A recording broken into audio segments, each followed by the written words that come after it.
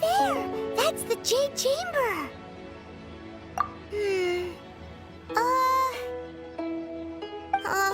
This is bad. Paimon's supposed to be your guide, but Paimon doesn't know where the way up to the Jade Chamber is.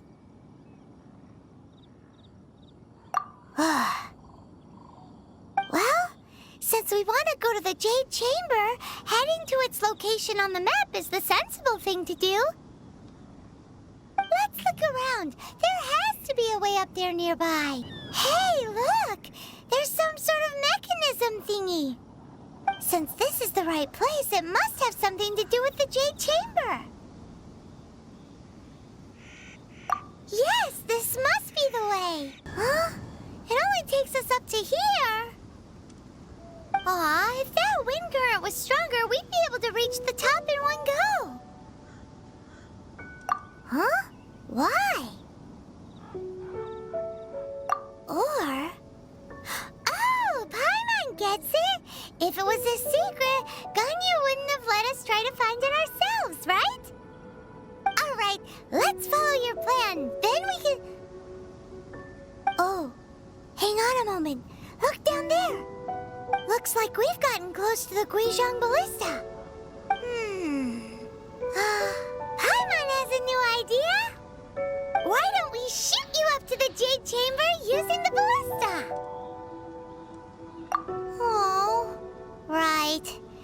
This method does seem a bit unsafe.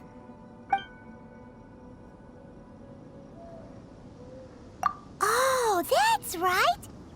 Now that you mention it, we could use the Guizhong Ballista to see if there's another way up nearby. Halt! Who trespasses on these hallowed grounds? Exactly. What are you talking about? We're invited guests. What makes you think you can treat us like this? No. Wait. Maybe this was Ningguang's plan all along. She pretended to invite us to the Jade Chamber, but set up a Millilith ambush here to arrest us. Now Paimon's mad. You, over there. This is a trick, isn't it? How shameless. What? We're just on guard duty. What do you mean, shameless? What nonsense! Seize these suspicious intruders at once! Well, here they come. Line them up and knock them down. Stop! What's all this about? Lady Keqing, these two strange people suddenly appeared. They seem to have designs on the Guizhong Ballista. Who are you calling strange? You want to go to the Jade Chamber? Who are you? We're invited guests here to look for the Liyue Qixing. Who are you? Well, as it happens, I am one of the Liyue Qixing. Who? I'm Keqing, the Yuheng of the Qixing. I know of you, traveler. You're Ningguang's guests, yes? Didn't expect to meet you here in the mountains. Wow. Paimon didn't think we'd meet some super rich big shot out here in the middle of nowhere either. The Guizhong Ballista in Tianheng Pass has long been in disrepair, and yet it was fixed in a single night. I came here to investigate that occurrence. These Millilith are just here to guard the scene, not to arrest anyone. So this was all a misunderstanding? Paimon never would have thought. Anyway, for a mortal to be able to repair an Adepti mechanism is quite the mystery, even to the Qixing. That was... Huh? Oh, right. So, Lady Yuheng, might you have any idea why Lady Tianquan invited us to go to the Jade Chamber? Just call me Keqing. I'd say that Ningguang's purpose is to request that the savior of Mondstadt take a more neutral stance, or at least to not wholly side with the Adepti. We're not taking sides. We spoke with the Adepti. They want to protect Liyue as well. When you say protect, you're referring to their sanctimonious arrogance, aren't you? Huh? You are mortals and thus under their protection. There was no way they would have regarded you as someone with the ability to assassinate a god. Naturally, they would also regard Ningguang's locking down the area, questioning the citizenry, and pursuit of the assassin to be pointless work. Perhaps they even wonder if there might be a cover-up. I'll say it like it is. They're underestimating us. Well, you've got a point there.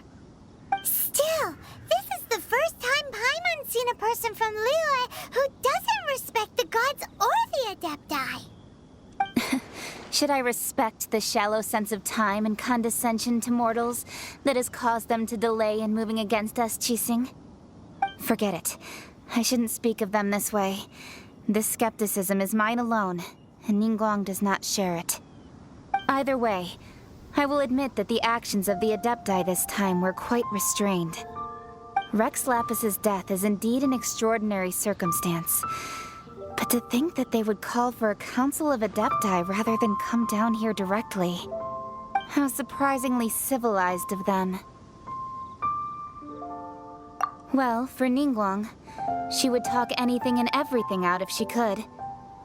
But I doubt we can do that here. The time of the Adepti has long passed. If even the Liyue Qixing don't want to face that truth, then what future is there for Liyue? Another super bold statement. I'll stop here. Honestly, I hadn't intended to say so much. But you're a good listener, Traveler. You should both be off to the Jade Chamber. Don't be late now. Ningguang's schedule is packed to the gills all the way till next year.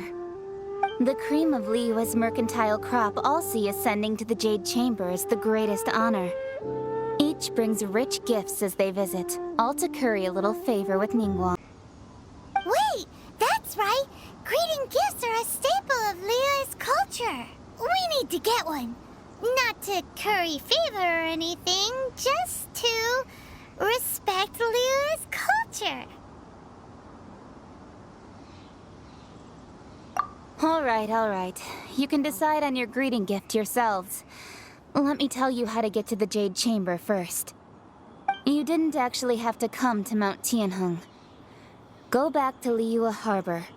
Find a guide at the Yuehai Pavilion, and... well then. May we meet again, Traveler.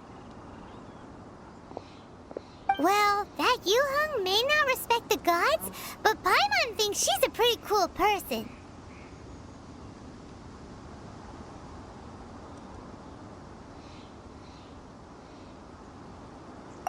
So, what should we give to Ningguang when we see her?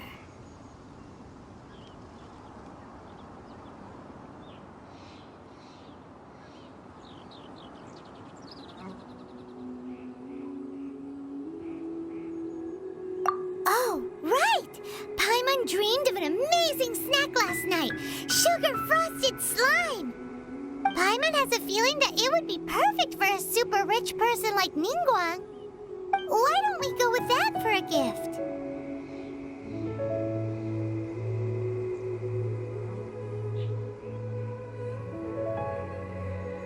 Nope! But Paimon's sure that we just need to make it with some boom shakalaka. Let's go gather ingredients. Time waits for no one, and neither will our riches. According to Keqing, this is what we should say. Excuse me, do you sell the moon here?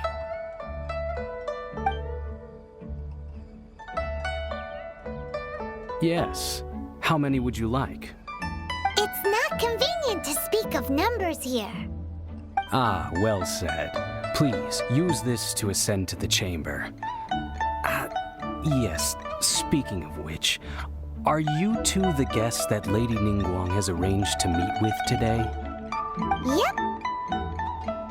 And yet the code they used was not the one for guests, but for the Yuheng. What's going on here?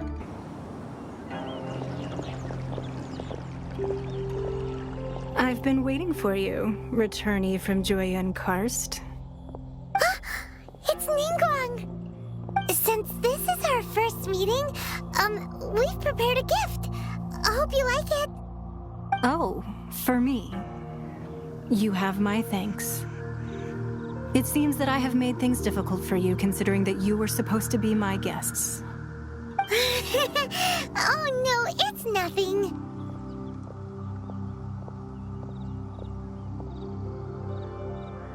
This palace floats in the skies, higher than the peak of any mountain.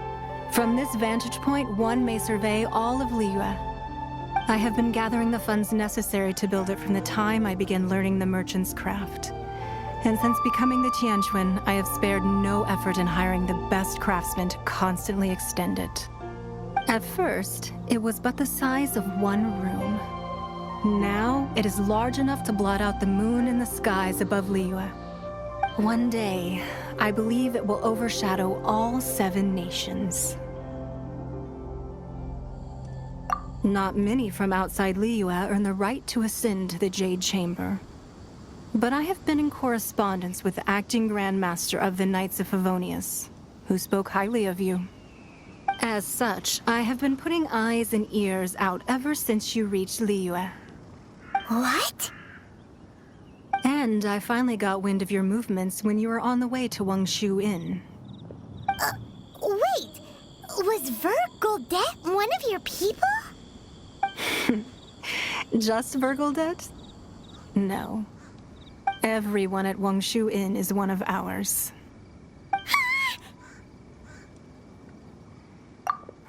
At the Guizhang Ballista, yes?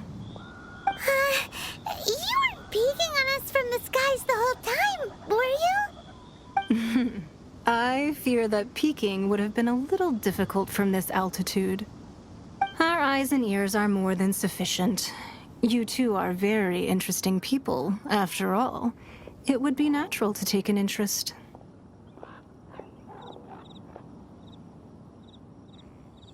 Well, I wouldn't expect you to trust us, considering that you have had far more interactions with the Adepti. The reason I invited you here was to clear up some misunderstandings. I believe that you've heard of the Archon War. Many gods used to walk this earth, and many long wars were fought between them that did not abate until 2,000 years ago. Much blood was shed, and many lives were lost. In the end, only 7 victors remained standing in Teyvat. They built cities and nations on the corpses of the vanquished, and thus began the era of the 7. You can see Goyun Stone Forest from here, I trust. It is no natural rock formation. Those are giant spears of rock hurled by Rex Lapis during the war. Beneath the spears lie those cast down by Rex Lapis in those days, gods that failed to seize the title of Archon. Not only is it true that gods may die, but so too has the membership of the 7 changed over the last 2 millennia. Rex Lapis's passing is an unimaginable disaster for Liyue, but the Order of the 7 will not collapse simply because of that. Another Lord of Geo will arise sooner or later. Yet, how are we to forget Rex Lapis? When that time comes, the relationship between the people of Liyue and the gods and Adepti will surely be different from before. Even in a new era, the Liyue Qixing remain Rex Lapis's former subjects. Do you really think us capable of having played a part in his demise? Of lacking the foresight to see the certain repercussions? That day at Yujing Terrace, it was also very sudden. Even I was caught completely off guard. You were there, you no doubt saw. But our enemy has long lain hidden within the harbor. If we do not act against them now, they will surely gain the upper hand. Hiding the Exuvio was a necessary maneuver to take the initiative back, to play the spider while our foes scurry about. Who's this enemy you're talking about? What do you think, traveler? Huh? What are you two talking about? Well answered.